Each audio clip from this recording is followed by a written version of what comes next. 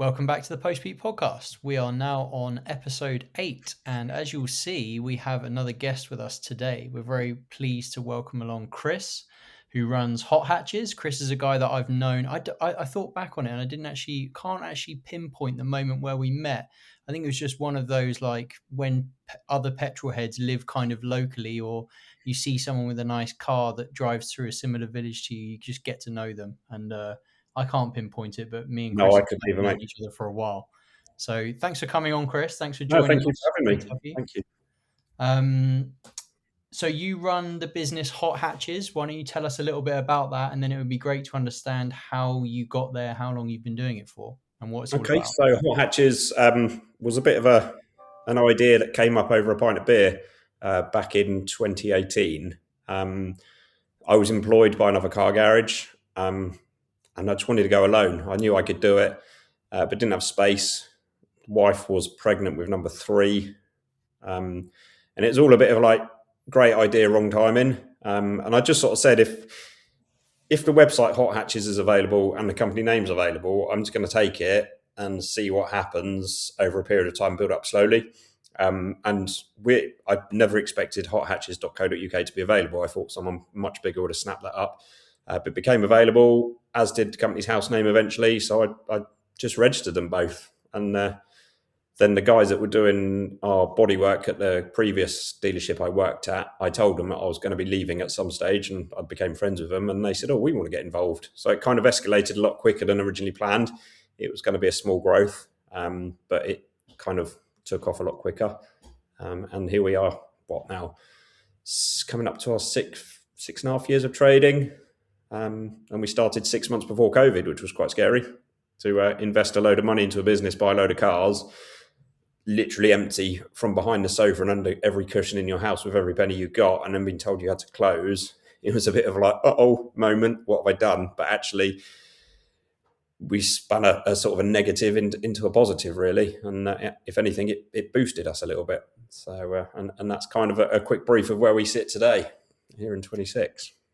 Awesome. And where are you based? And I mean, it might be a silly question, but I'm sure there's more than your answer would be on what do you specialize in than Hot Hatches. I'm sure there's another niche within a niche. Yes, so we're based in Beaconsfield, tucked away on a real private country estate. We're not on the main road, so you won't see us as you drive past, but that gives us extra security and it makes it much nicer, more personal place to come if you come to look at one of our cars. But the clue's in the name really of Hot Hatches. Our main bread and butter is the Hot Hatches. So your Fiesta ST3s, your Audi S3s, RS3s, Golf GTIs, Golf Rs, Yaris GRs, etc. And that market is always pretty buoyant, and that's kind of where I went with it. I love Hot Hatches anyway. I'm a big kid. I think we all are if we like cars.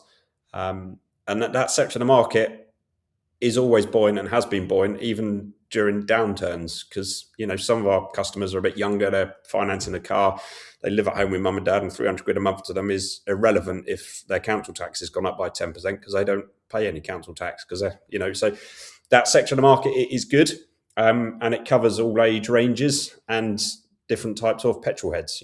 We've sold an i30N to a 58-year-old woman the other year, and it was like, that was unexpected without being judgy, but it does. So that's kind of the niche of the business. But we also have the detailing business as well, which was always trading under Hot Hatches, but it didn't really attract the right audience.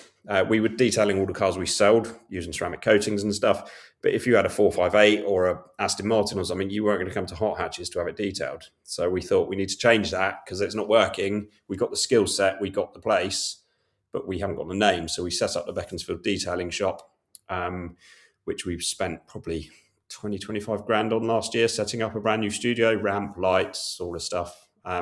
So that's just launched. The website's just launched for that. And that's going to turn into a shop as well. So we'll have all the products that sell all the aftercare, shampoos, wheel cleaners, coatings, towels, wash mitts, etc. You name it, all the stuff. I think you've bought some stuff from it, James, when we first set up. So that will be going live very, very shortly. And then also 6 months ago, we bought a car storage business. So whilst I wear the Hot Hatches logo, that's my sort of baby. It's what I set up, and then 2 business partners joined forces. We do have a number of other things as well. My 2 business partners have got a Lotus approved body shop as well. So Lotus does run through my veins a little bit. So we're kind of a bit of everything. But mostly I wear the yellow logo for hot hatches. That's where you'll see me on social media and bits and bobs like that. Nice. And has that name, the Hot Hatches name, ever caught you out before? Because I mean, I think you occasionally sell stuff that isn't Hot Hatches, right? Like I assume Yeah, I if mean, people I've got, taking a Part X or there's yeah, something special that comes up. You tried to sell me a Bentley Flying Spur last year. yeah. Do you still want to buy it? I'll come and have a look. Yeah. The Jag's going quite well though, and I don't know whether the Flying Spur would have been so. No. Yeah, obviously we take part exchanges of all makes and models, and if it's a car that we think, yeah, we check them out obviously in the workshop, and if it's a good car and not been wrapped around a tree and all mechanically sound, then yeah, we'll resell it. Why not? But we explain, it's coming part exchange. I've got two SUVs on the front at the moment. One's a sale or return car for a friend of mine, and the other one was just offered to us at the right time. I thought, you know what? Yeah, we'll take it. And they, well, one was sold but cancelled this morning, but the other one is reserved. So everything sells. Has it ever caught me out? Yeah, a friend of mine had a DB9 and he said, Chris, can you sell it? So we made it look amazing because that's we take a lot of pride in our stock. Photographed it, did all the videos, did the right write up. Couldn't get a phone call on it because I get it. If you're spending that much money on a DB9, you probably want to go to either a dealer you know or you've heard of, or they specialise in them. So we couldn't sell it. Couldn't sell it. So a friend of mine specialises more in those cars. He's got a name for it. He bought it off us and sold it within a week. So yes, does the name ever catch you out? Probably for that sort of stuff. But there is enough cars in our sector. So it doesn't worry me. 10 years down the line, it might, because I don't know what's going to be out there. But at the moment, no, there's enough cars for us to keep busy with what we do. Nice. And how have you found things sort of over the more recent period, maybe the last 18 months or so? Because I've certainly seen people try and do what you've done, maybe even people with much bigger like social media followings go into stuff and set up a business. And I think Archie Hamilton tried to do it a while ago, and he failed, and he had a big following, but he was saying like the overheads of the business and the business model and the auto trader stuff that's happened is just a very, very difficult trading environment. But I mean, what's your take on it and how are things going? I think if you've got a niche, it's better. So for me, the hot hatches thing is a real niche. So that works well. I get what is going on. It is hard. Overheads have gone through the roof, and there's a lot of things people don't realise when you come to buying and selling cars, which I'll touch on in a second. But for us, it's been up and down. You have like previous to COVID, where I've been in the motor trade 20 something years. Previous to COVID, you could almost say, right, February's a write-off, it's dead. No one ever buys a car in February. August is always quiet because everyone's on holiday. And you could almost predict it. You could almost say, right, January's good, February's rubbish, March is amazing, April, May, June, July is pretty good. September's new car registration, used car market gets flooded. And you could almost draw it and say that's how it's going to be. But then all of that's completely gone out the window. Like last month, February, the weather was naff, but we had probably one of our most profitable months since trading. It was like, well, where's that come from? So it's much harder now to predict. But like I touched on a minute ago, overheads are ridiculous because there's, you've got the likes of Motorway now on the market, CarWow, advertising platforms that weren't there when we set up. When I set up, Motorway had just started. They had like 6 members of staff and they were selling or putting on their site maybe 30 or 40 cars a day. Now, on average, there's about 2,000 cars a day on Motorway. And it's like, oh, crumbs. So all these people that were going to go to market, sell their car privately for an owner's club or auto trader, most of them are now going straight onto Motorway.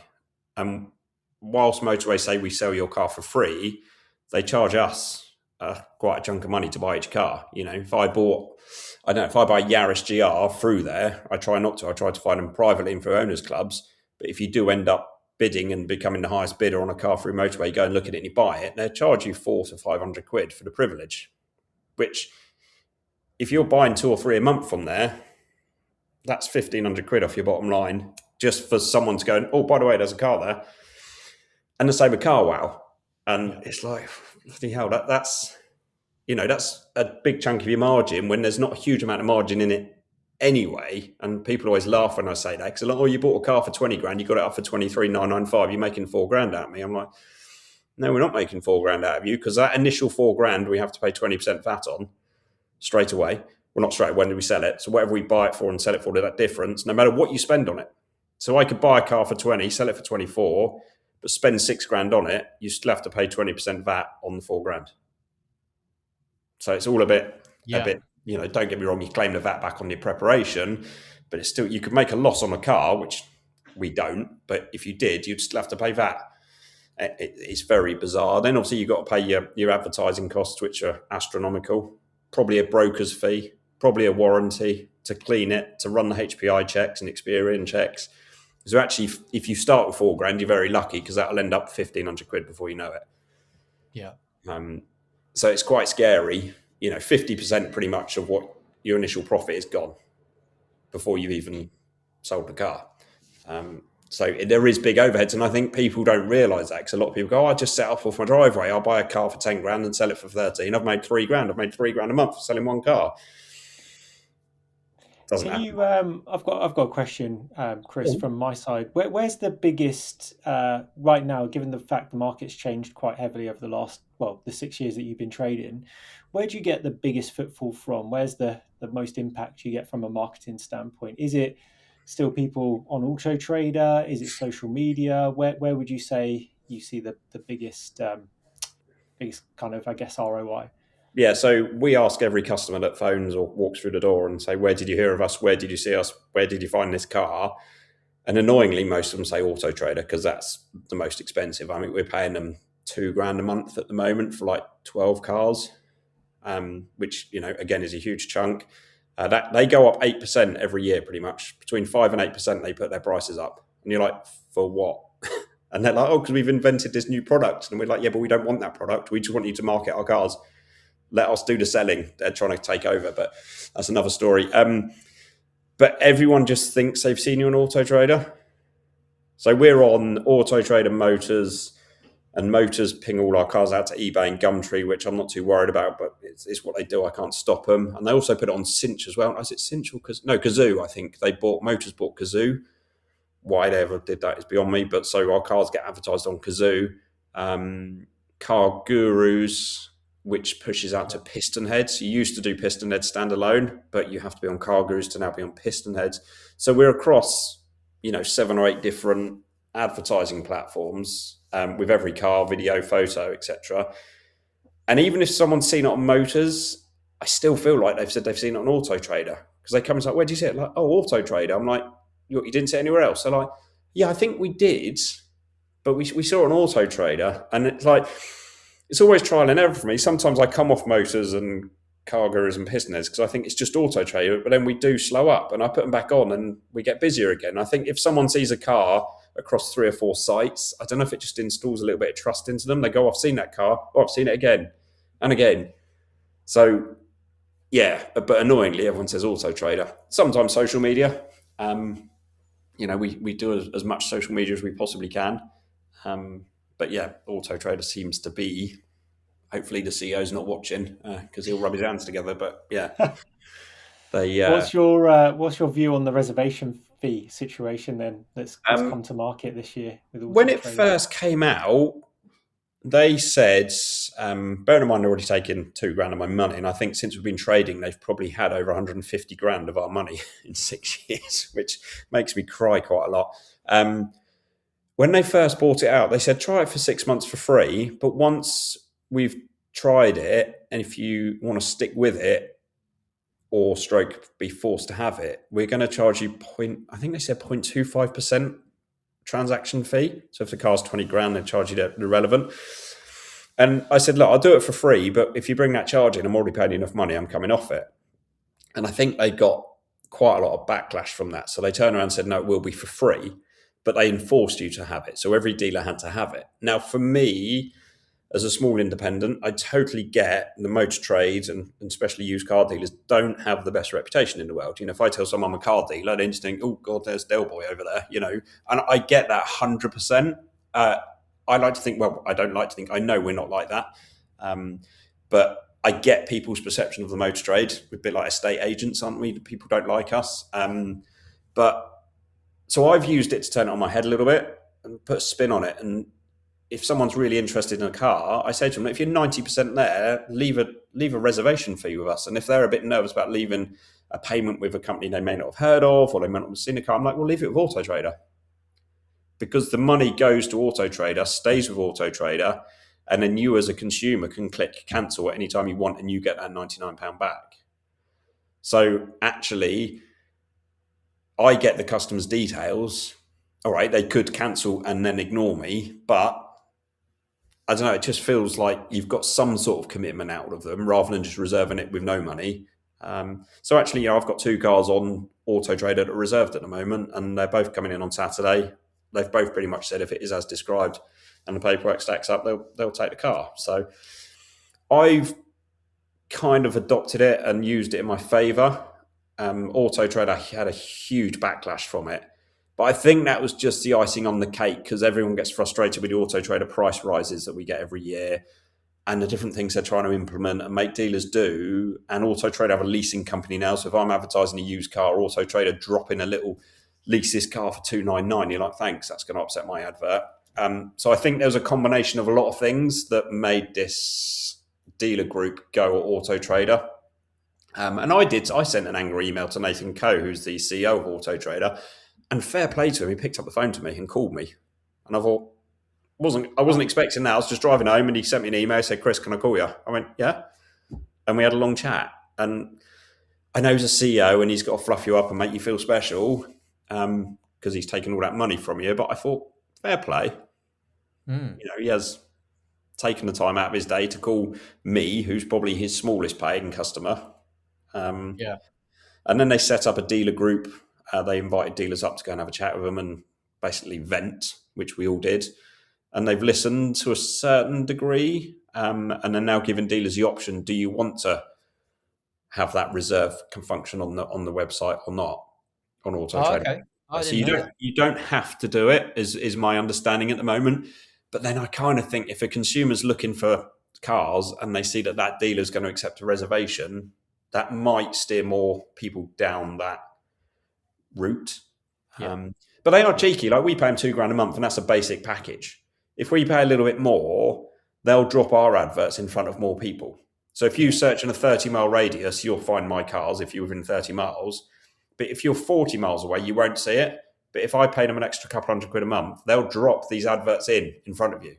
Like if you're looking at an S3, if I pay extra money, they might drop my Golf R in your S3 search just to say, oh, look, you can see this one. So I get it. They're trying to make money, but it sometimes just feels a little bit too much. Yeah. They're taking that much money from us and then saying, oh, by the way, you can lease a car through us, which is the same monthly payment as a nearly new car that Hot Hatches have got. Yeah. It's a bit of a kick, really. But, look at their share price. I guess that means that you need to also be very sharp on what you buy as well. Yeah. Because if on the sell side things are tight, then it's about being innovative on the buy side. And I know because what I typically do when I'm looking for a new car is I join owners groups and I immerse myself in that car, various specs, look at cars that are for sale, etc. And I sometimes see you pop up. And you will pop up on people's for sale threads and say, I'd be interested in buying this car, for trade. And you're upfront about the fact that you're not going to offer full retail price, but you're quite sort of active in these private groups, which is interesting to see. Yeah. How does that typically go? Because I imagine that most people that are listing in those private owners groups are looking for a private sale. So do you have much success then going in and saying, look, I'll buy your car, but for maybe $2,000 or $3,000 less than what you might want for it? Do you know what? Yeah, I do have quite a lot of success through that. And that's why I'm on there so much. I literally have a screen open at work all the time on social media and I'm just refreshing it because the algorithms on my social media obviously know that I'm in car groups. I just keep, every time you go to the top, there's another car group post. Yeah. And it is good. It's successful for us. We've got, I would like to say, a pretty good name in our sector of the market, the Yaris forums, the SD3 forums, and etc. People know us. Yeah. So if I comment, people go, "Oh, I have heard," and then it's really helpful if I get someone else go, "Yeah, I sold my car to him. It was great. He came, picked up. It was hassle free. Didn't have to worry about tire kickers, etc."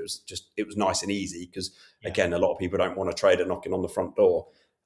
So that really helps. And I just send a nice message, to be honest. I said, look, if you struggle to sell it privately or you need it gone quickly, give me a call and we'll have a conversation. If you can get private money for it, go and sell it. Yeah. Go for it. But, a lot of people are selling their car for a reason, which is they either need the money or they've got another car coming. So, I picked a Yaris up yesterday and the guy was like, you've got to pick it up by Friday. I went, okay. So he needed that car gone. So I made him an offer and he went, you know what, I want more, but I've also got a new car arriving Friday and they haven't offered a part exchange figure. So it does work. We comment on a lot and a lot of people go, no, I don't need to sell it. I'm not in a hurry. I'm like, fine. Well, you've got my number. Yeah. Call me. So you knock on 100 doors, one or two will open, is my kind of take on it. And so if I comment on 100 people's cars over a space of a week, the chances are 20 or 30% of those will come back to me in 2 weeks' time. So if I just keep doing it, the momentum keeps rolling. But what you're not typically doing is sourcing cars from BCA auction, etc. No. I mean, I've done my time in main dealers where every day you get a lorry full of cars turn up from BCA that have been bid on by your group buyer for that said dealer group, and they would be horrific. Misdescribed. Don't get me wrong, you get the odd car from there, which is absolutely fine. Yeah. But there's so many cars in there that, in my opinion, are there for a reason. And I don't want to go and sit in an auction hall and bid on cars. For me, it's just a waste of a time, waste of a day out when they're actually pretty much there in front of you on social media or Auto Trader. I'm thinking of BCA cars and other auction cars. You can't touch them, feel them, plug them in, check the paint, etc. before you buy them. They kind of become yours. And if you've got a problem with BCA, well, guess what? I'm going to lose the fight because they're massive and I'm not. So it's not even worth entertaining. So there's a market for it. People do it, absolutely fine. But we will not buy, no matter how big we grow and how much money, if we ever, grow to a massive, massive dealer, which I don't think we will because that's not my plan. I would just avoid it like the plague. I think for sports cars, sportier cars like especially the Yaris, the people that are buying these cars are really picky, rightly so. Yeah. They want to know where that car's come from, who's had it, and if it's a low owner car that's been privately sold, picked up by me, then we've got a better chance of tracking its history. Just not for me. We get auction companies all the time knocking on our door saying, do you want an account? It's like, no, not for me. So yes, it'll be quicker to buy from BCA because I could sit here and click on 10 cars right now and they could turn up next week. I wouldn't have to go and pick them up, but you could inherit 10 big, big problems, which you then have to fight for. And I haven't got time to do that. I'm busy enough with what we do. So yeah, private sales for me and owners clubs. Nice. Jack, have you got any other questions on that before we talk about detailing? One of my favorite hobbies.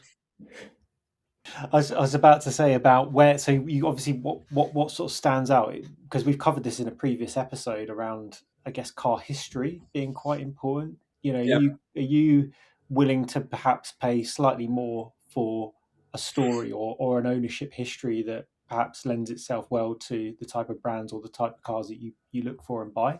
Yeah, if it stacks up, then we'll pay the best trade money that the customer can get.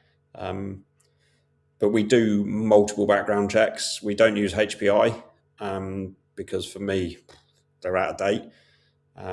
There's you can look at a car and say HPI clear, but actually then go and check on like Motor Check or another background checker that's new to the market and find out that it's been through a salvage auction. And you're like, well, hold on a minute. It says it's HPI clear, and HPI is what main dealers use. And it worries me a little bit. There's a Facebook page set up, I think, by someone who works for one of these other car check companies that every day just post pictures of HPI clear cars and then posts the image of them being wrapped around a tree and bent in half and put back together. But someone's not ticked the box, or however the system works in the insurance companies. But MotorCheck, who we use, and some others, check salvage auctions and go more in depth, do police records. I think it was last year I had a Mini sat outside our office. A guy was trying to sell it to us. He'd bought it from Mini, not too far from us, the year before.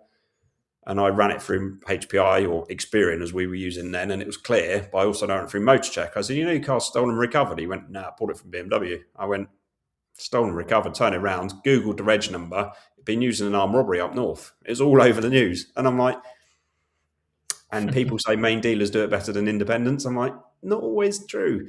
So we came off HPI because, yes, so many cars we were HPI and going, well, that car's had so much paint. It's full of filler. Panel gaps all over the place. And it's clear. You'd run it through another search site and it wouldn't. Yeah.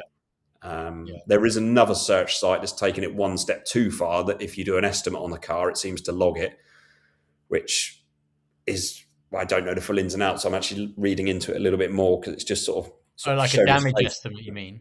Yeah. So if you come in with your car and we run an estimate through and make a mistake on the estimate and say it's 10 grand, but it was only £1,000, I don't know, but it then flags up on their system as, oh, it's had a 10 grand estimate. Like, no, it hasn't. So there is one background company that are doing it, and I think they've gone a little bit too far with that.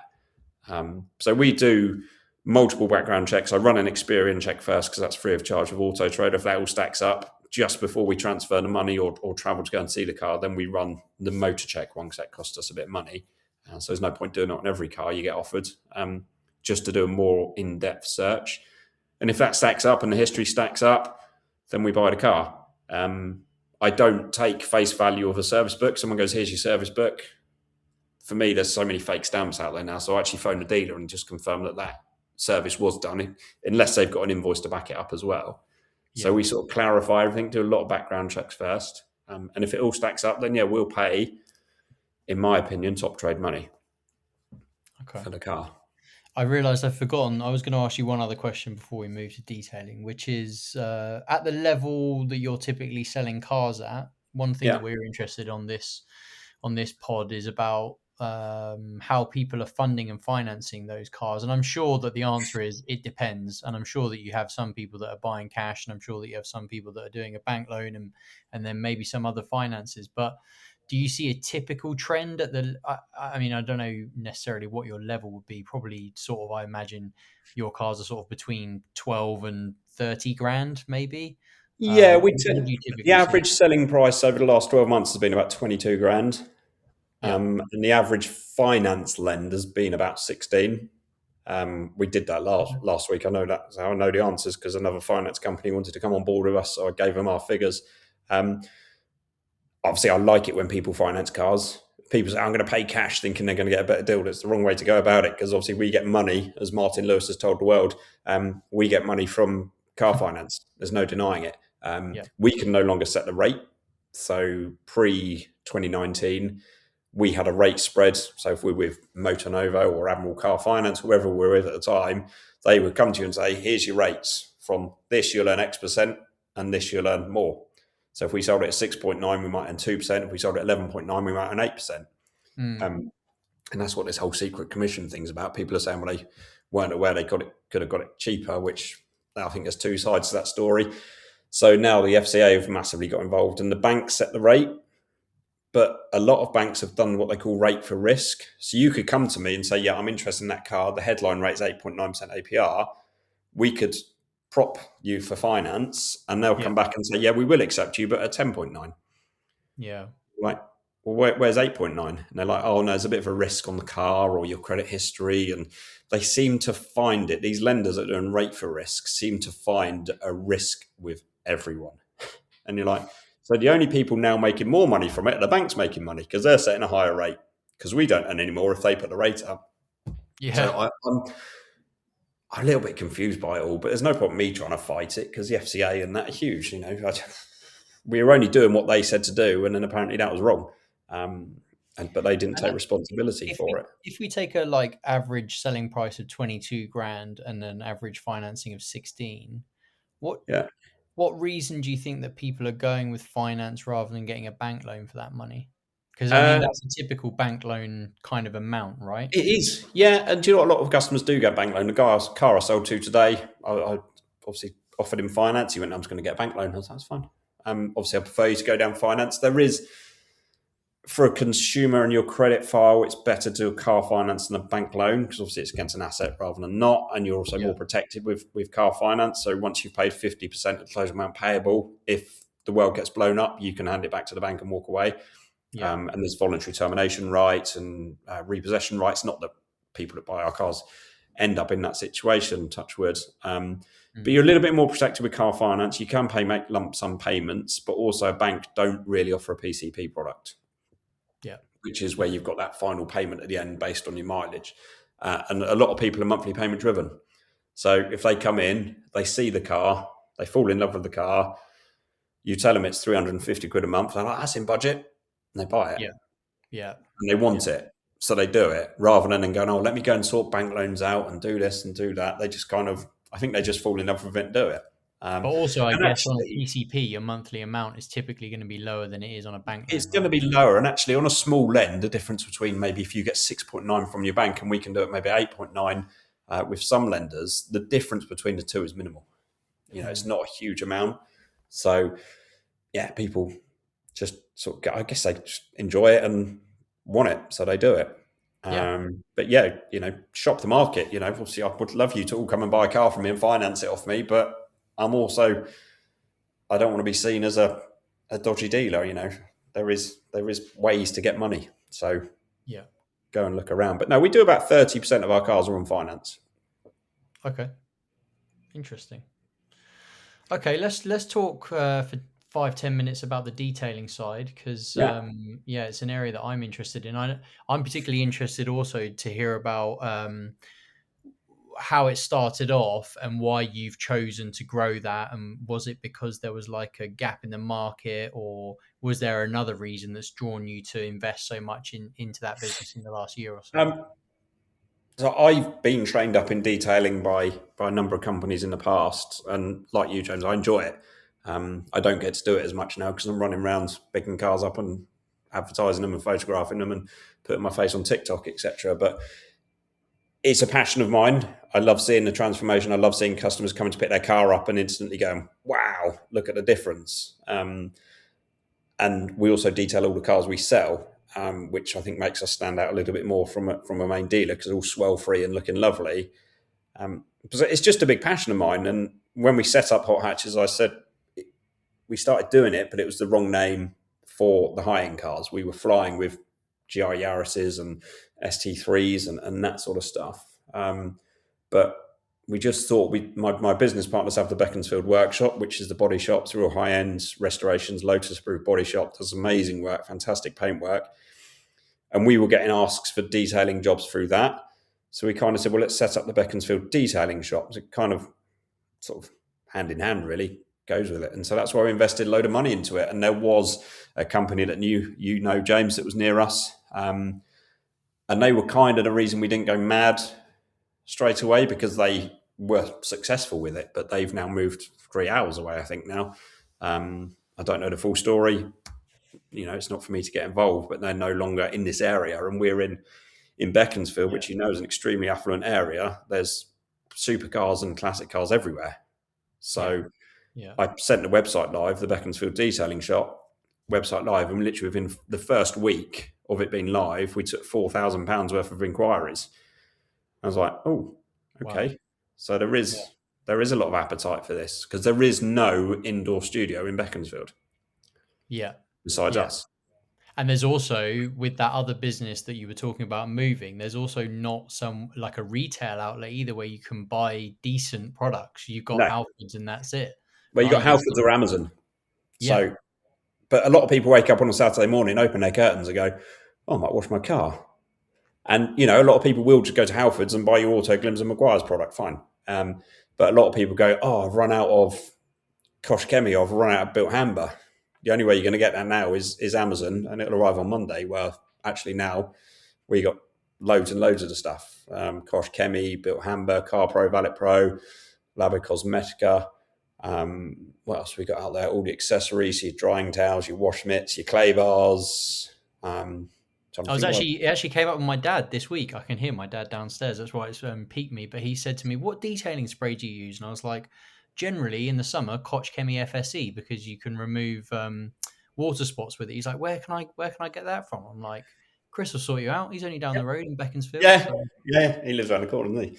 yeah, he No, good knows. product. We see we don't have water spot issues at work because we have 0 ppm water.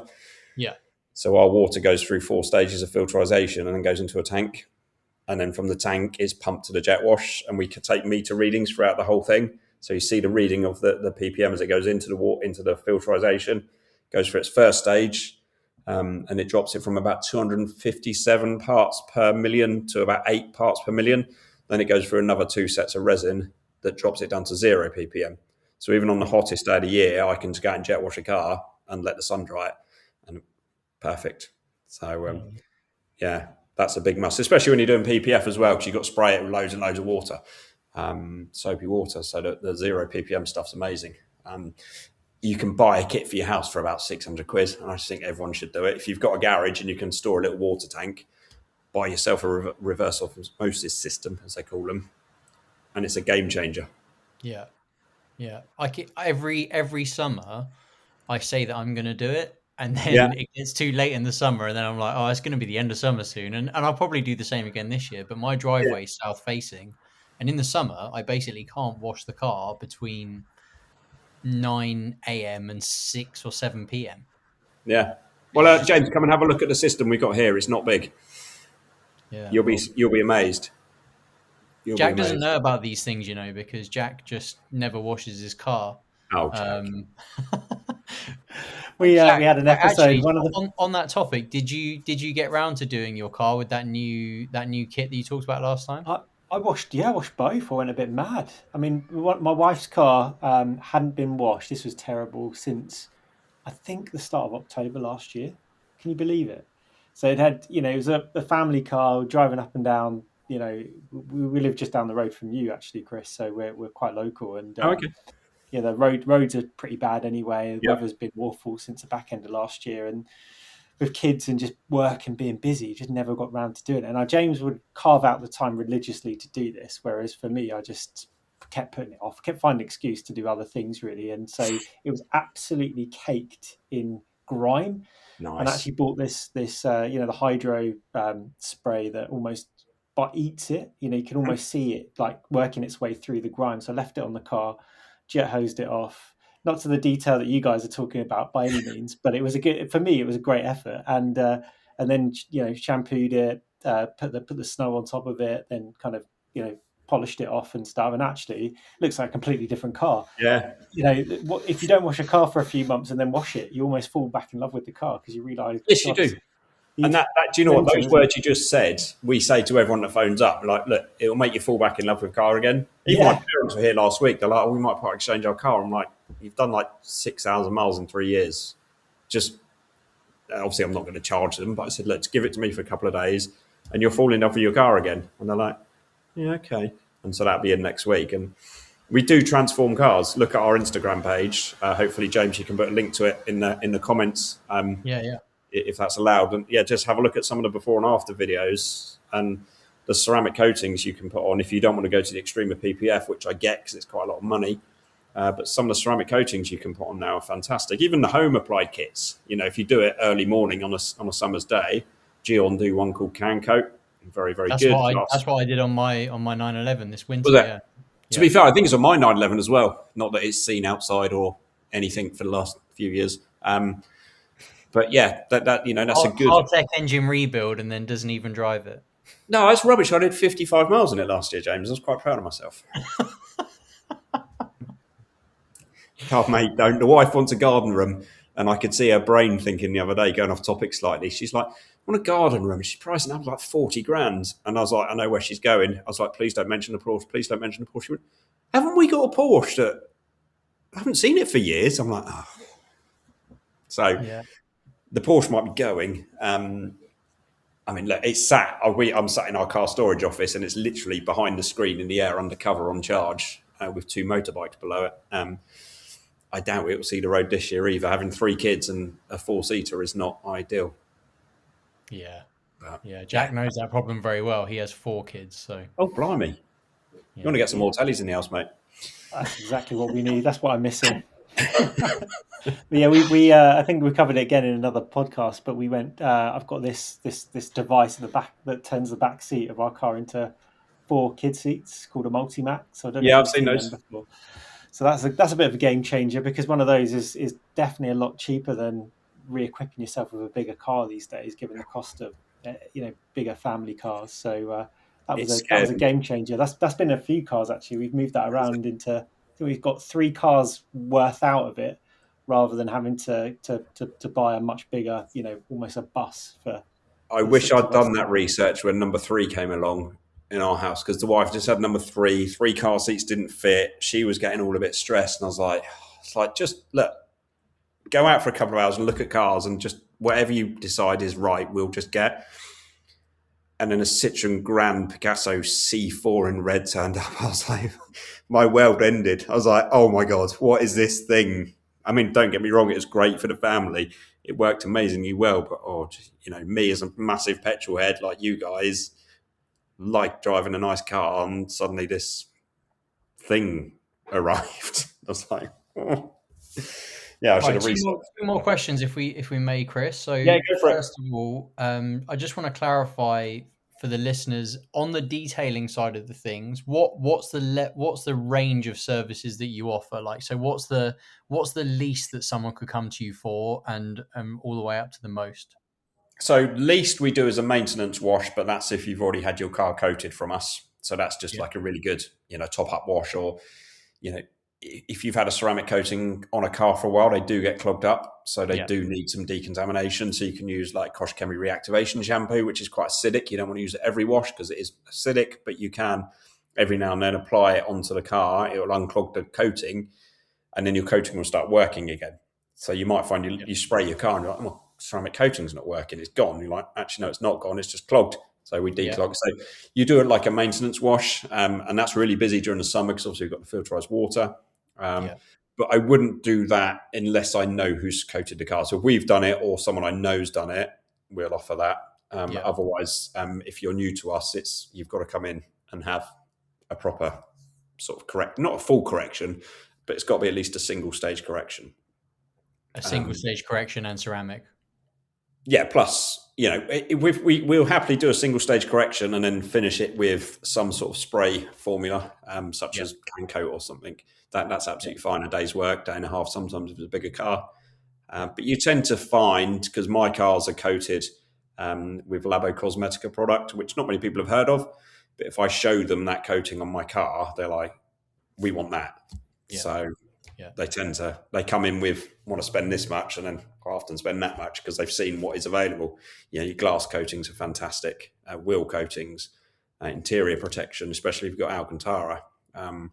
So yeah, people come in with one idea and tend to leave with more, and that's not just me upselling. Sorry, that's showing you what is available. But you mm, could come in here and spend 350 quid. We had a car in here last week, and some people go, that's a lot of money to clean your car. I was like, yeah, but it's not just cleaning your car. So if you're new to us, 350 quid upwards. If you're not, then a maintenance wash is between 90 and 120 quid. okay. Okay, good to know. And we like to finish these podcasts with a discussion about peak car. And on a guest one, we just wanted to know really what your view of peak car is, because we've shared it on previous episodes that we've done. But keen to get your view on where you see the peak era of cars being and what sort of segment. Unfortunately, I think we've seen it, which annoys Yep. me. I think hopefully we'll get more backlash from manufacturers with the EV thing, because I think that's the biggest scam out there, even though I've got an ID Buzz. I only bought it because they were cheap and they're throwing them away. And we got 3 kids. But I do think the whole ramming EVs down your throat is a massive scam, and it's not cost effective. It's an absolute joke. But, we could be talking for another week if we started that conversation. Yeah. So I do feel the peak has hit so far. And I think that was just before pre-COVID, maybe a bit earlier. Mm. Cars have got massive. Yeah. You look at my 996, all right, I know it's not the most loved Porsche out there, but I absolutely adore it. And you park that next to a 991. I mean, it's scary size. We The should do difference. that. We should do that. But it would require you getting yours out, so that might be Yeah, mine's difficult. 15 deep at the moment by other cars. So give me a day to get it out. But you look in storage. I'm looking out the windows, and obviously you can't see. But we got Hurricane STO in here, and it's massive. Hmm.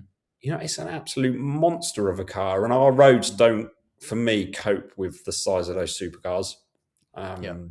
Yeah. And when I work for Lotus, I'll keep this very short. People come in and see me. I worked Lotus. My last stint with Lotus was up in 2016 to 2019. They'd come and say, "I want an Exige," and I'd be like, "Are you doing track days?" They're like, "No, I want to go out for a blast." The Sunday morning driving car. I was like, "Well, get yourself an Elise then. It's a little bit smaller, a little bit lighter, and you can use all the power." And they're like, "No, I've got to have an Exige." I was like, "No, for the road, you'll have more Yeah. fun in an Elise with 220 brake horsepower than you will with a wider, heavier, chunky 350, 3.5 litre V6 car." Yeah. So for me, small and fun, or smaller and more fun is peak. So yeah, I think that for me, that era is kind of We is said where I. similar in the past, although I would put it just before that because of the petrol particulate filters that came in mid 2018. So I'm always looking for pre that, and Yeah, and more recently, since getting my 911 a naturally aspirated pre OPF car just in the garage just smells better. It just smells better. Like, it's a weird thing to say, but if I leave yeah, it in there when it's hot after a good drive, it just smells incredible and it just reminds me of the 90s basically, because it's got that yeah. naturally smell that you just don't get these days. So No, totally agree, mate. Totally agree. And I've owned a few. I look back at my car history, and you think I had a Caterham 7 with a Honda S2000 engine in it. So that was pre OPF filters and pre this and pre that, and that was bonkers. And a TVR 350 coupe with the odd straight six that melted every time you started it. That was a good car. You just don't get stuff like that anymore, which is a shame. But fingers crossed it will come back round. If not, hot hatches will be selling Alpines and whatever else these yeah, car companies decide to do. But I'm well aware that my time with hot hatches could be not short lived. But if we go full EV and hot hatches dies out, then we've probably got 5 years after the last petrol manufactured hot hatch is made of trading before we either have to change the name or decide to do something different. yeah. I think you're onto Awesome. something there with the smell, by the way, James. In terms of the garage smell, I think there's a business model or a business idea you're just creating there around that petrol smell that could be pumped into an EV garage just to make people appreciate being in a garage again. I love that. A healthy version. Jack, And yeah, Jack, I mean, you must be one of the most entrepreneurial people to come up with that as a concept, but I love it. I love I the reckon it'll be a optimism. thing. As Chris said, fast forward 5 years, that will start to be a thing in a garage of EVs, right? Someone's trying to sell a load of EVs, and they just want that real. I think petrol that'll smell. that'll be a thing for sure. Like electric cars making engine noises, we're going to make them smell like petrols as well. And just on the peak note, Chris, while we've got you, obviously your background, big Lotus background in your experience. What would you say peak? Where would you put peak Lotus? What was a great, or even if you've got a couple to share, what was kind of some fond memories you've got working with the Lotus brand? Working with Lotus brand was track days. The owners are, you can talk to them for ages like you can with you guys.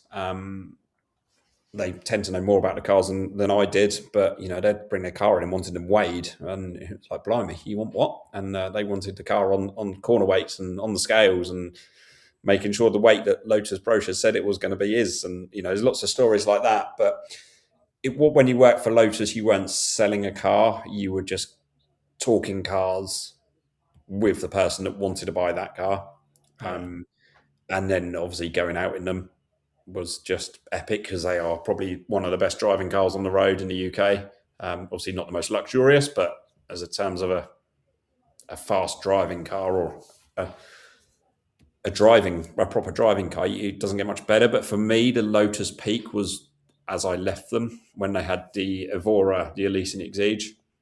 The Exige just kept getting quicker and quicker. They said they weren't going to charge cool it. Next thing you know, they bought a charge cool version out, and they were up to 430 brake horsepower in that little thing. I mean, it's bonkers. The Elise Cup is my favourite Lotus. 250 Cup I thought was an epic car. And then they stopped it all. And obviously now you've got the Emira, which is a phenomenal looking car and phenomenal driving car. And you look at it, you can now get them for 65 grand, but they look 150 grand on the road. Yeah. And then they've got all these electric things, which I drove the other day with their electric saloon thing. It's ginormous. And God, was it fast. But it was just another fast road car. It wasn't a Lotus. So for me, Lotus peak was at the end of 18, 19. They were making some fantastic cars. And I think if you've got space, if you haven't, I've got a car storage company, but buy one. I think they'll be worth money in the future. Sorry, that was a terrible, terrible plug, wasn't it? Well, it was good to get the last business in there before the end of the show anyway. So thanks. Yeah, for that. absolutely. Anyway, thanks very much for coming on, Chris. It's been great to have you. Thank you. And I look forward to catching up with you soon. I'll come and see this reverse osmosis at your detailing shop. And Yeah, please do, mate. Please do. Yeah, if you're in the market for hot hatches or detailing, hit Chris up, and we'll leave the link somewhere in the relevant space. Thanks very much for joining, and we'll talk to you again soon. Cheers. Bye, everyone. Bye-bye.